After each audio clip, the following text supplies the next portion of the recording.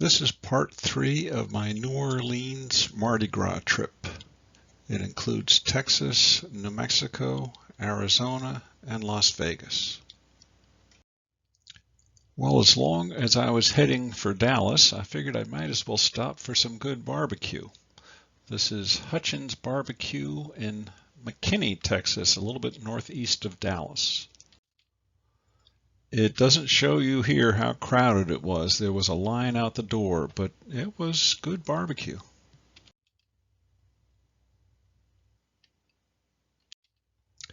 Okay, now we are in Dallas.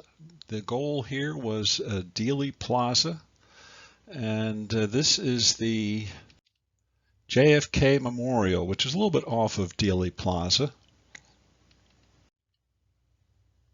Kind of stark, but fitting, I suppose. And here is Dealey Plaza itself. And if you look in the roadway there is an X. That is the spot that JFK was hit. And this is from the so-called grassy knoll. And this is the book depository where Lee Harvey Oswald shot the president. The 6th floor, the next from the top, at the far right, that square window, is where Oswald was hanging out. Here is the 6th floor is now a museum, and this gives you a good idea, an overview of what was going on, and it shows the 3 shots that were fired. The grassy knoll is over there to the left. As I said, the 6th floor is now a museum. It mostly is like this with storyboards and such, but it's a very interesting museum. It was well done, worthwhile.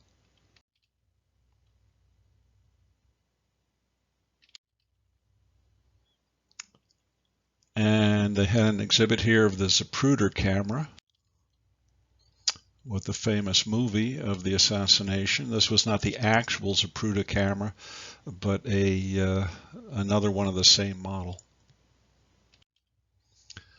And this is the same idea, not the actual gun used by Lee Harvey Oswald, but a same model gun.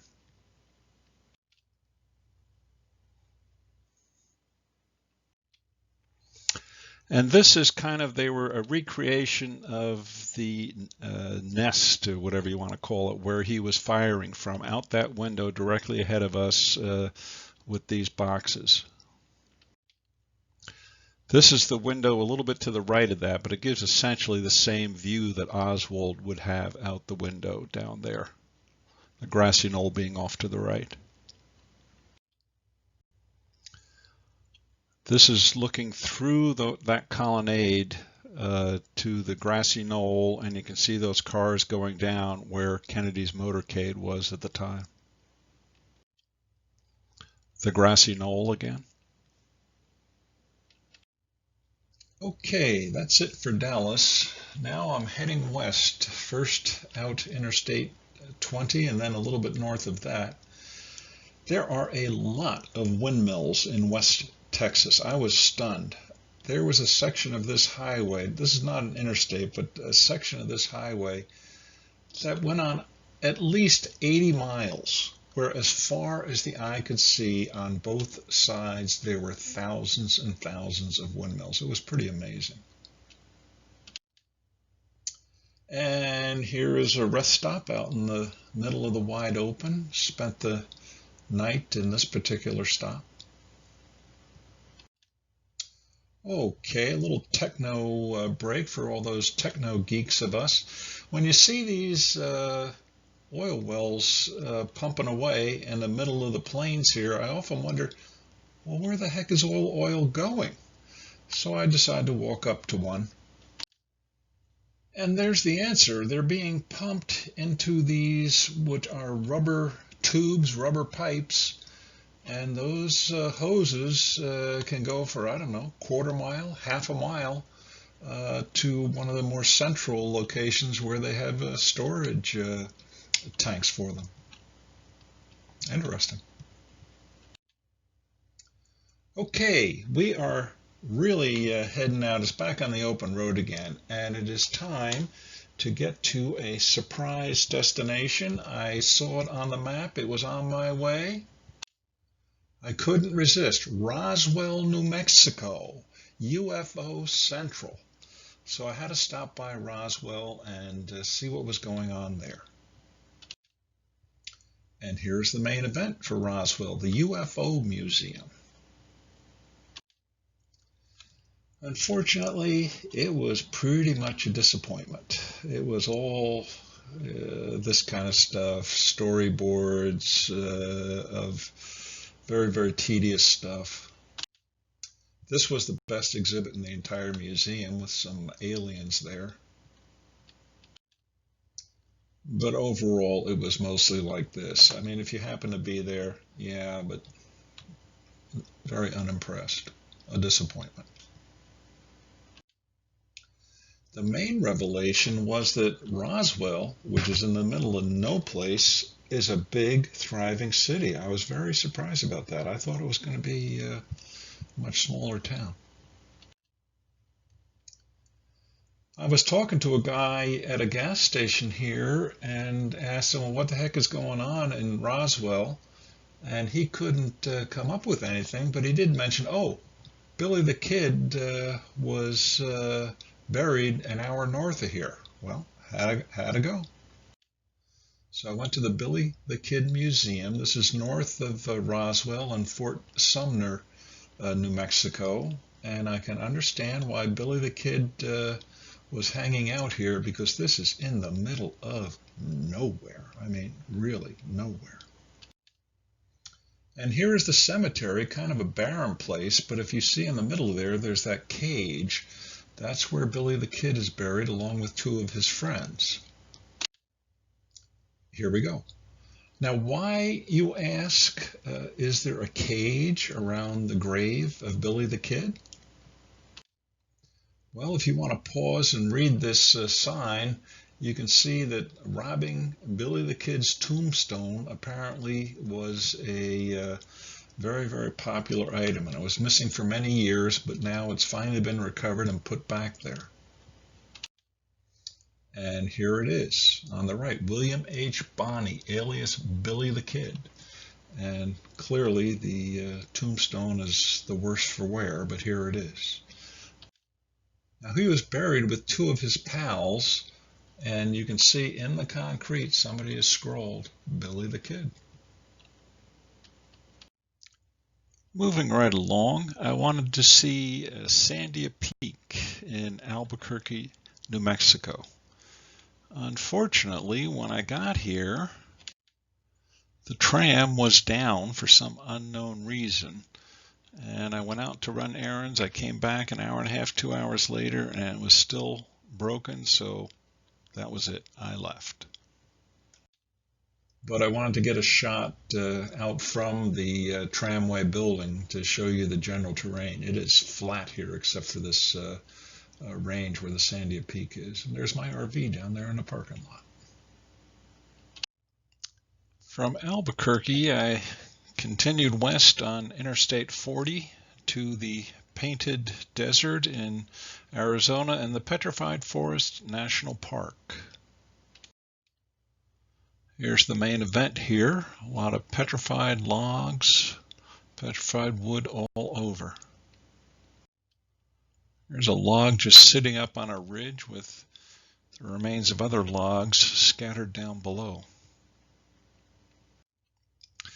The national park is also home to the Painted Desert Inn, which used to be a hotel and restaurant in the past, but now it's just a museum.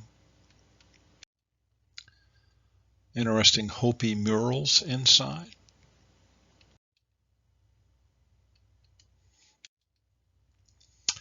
Back outside again, I wanted to include this shot just to show this train. It's a little bit hard to see, but you can see this, I mean, out in the American West here, trains are big time. And you can see this one stretches almost all the way from the left end of the frame all the way to the right end. Huge trains. And this was an interesting stop. What this turns out to be is a monument to where Route 66 used to come right through the middle of petrified forest. Of course, Route 66 has been moved around lately, and in the background there you can see Interstate 40 with the trucks on it, which replaces 66 in this area. Another point of interest is these petroglyphs here. You actually can't get too close to them. This is with a bit of zoom on it. There are two main rocks at this location with the petroglyphs on them. The storyboard said that they were created between 650 and 2,000 years ago. Now we're down on the south end of the park.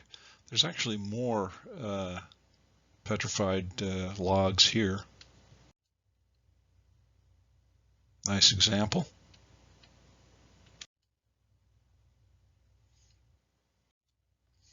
This section is called Crystal Forest. For obvious reasons, log pieces all over the place. For all the petrified wood that I saw in the national park itself, though, I have to say, I saw more petrified wood here than any place else. This guy was selling all of this. It was from in the painted desert around the national park, not in the national park. Obviously illegal to get it from there, but wow, he had a lot, and it was not cheap either. Continuing west on Interstate 40, just past the town of Winslow, Arizona, is Meteor Crater. Quite impressive. The thing is huge. You can see some people on a viewing platform there in the lower right to give you an idea of scale. And here is the biggest fragment. It was a 150-foot meteor, so not that big of a meteor. But it left a huge hole.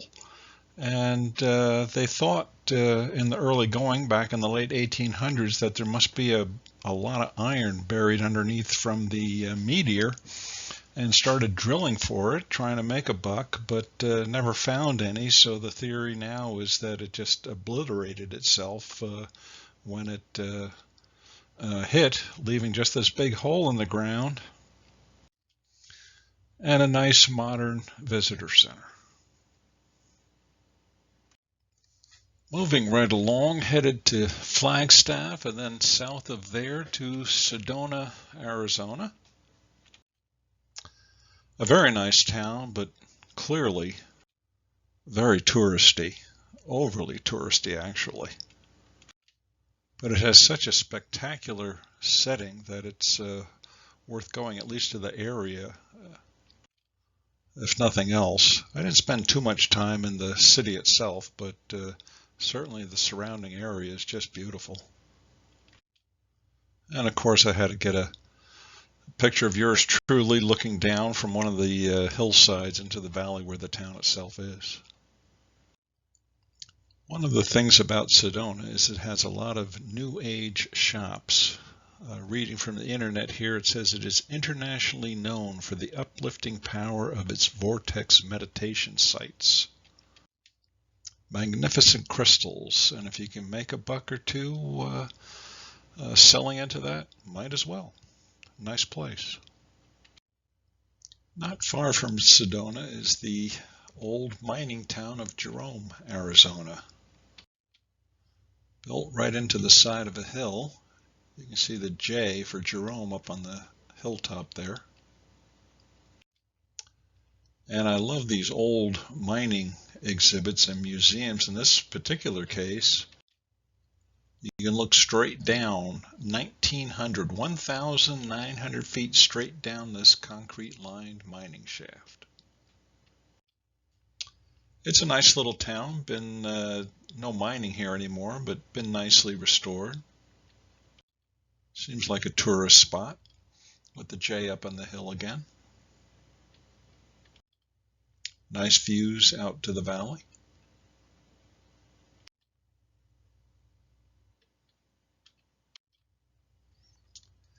Little change of scenery. I've left Jerome and now heading west to Las Vegas. I want to do the Hoover Dam again.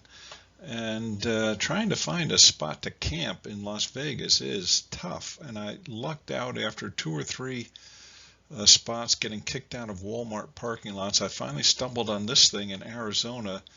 It must have been, what, 2 miles from Hoover Dam, just on the Arizona side of the border. Spent the night here.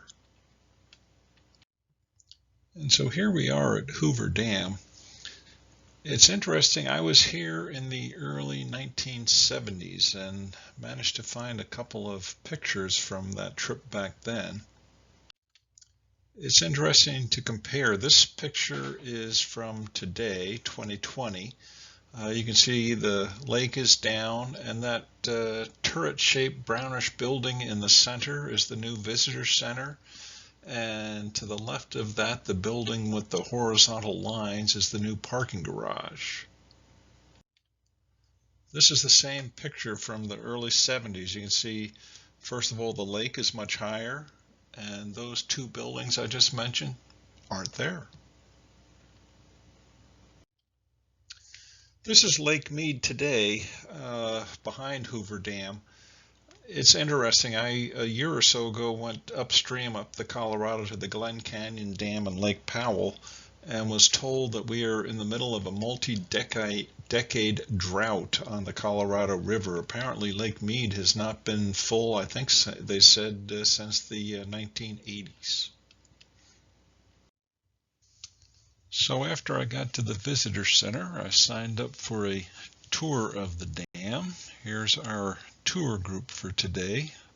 Mostly obvious American citizens, not the usual busloads of Chinese and other foreign tourists that are usually around.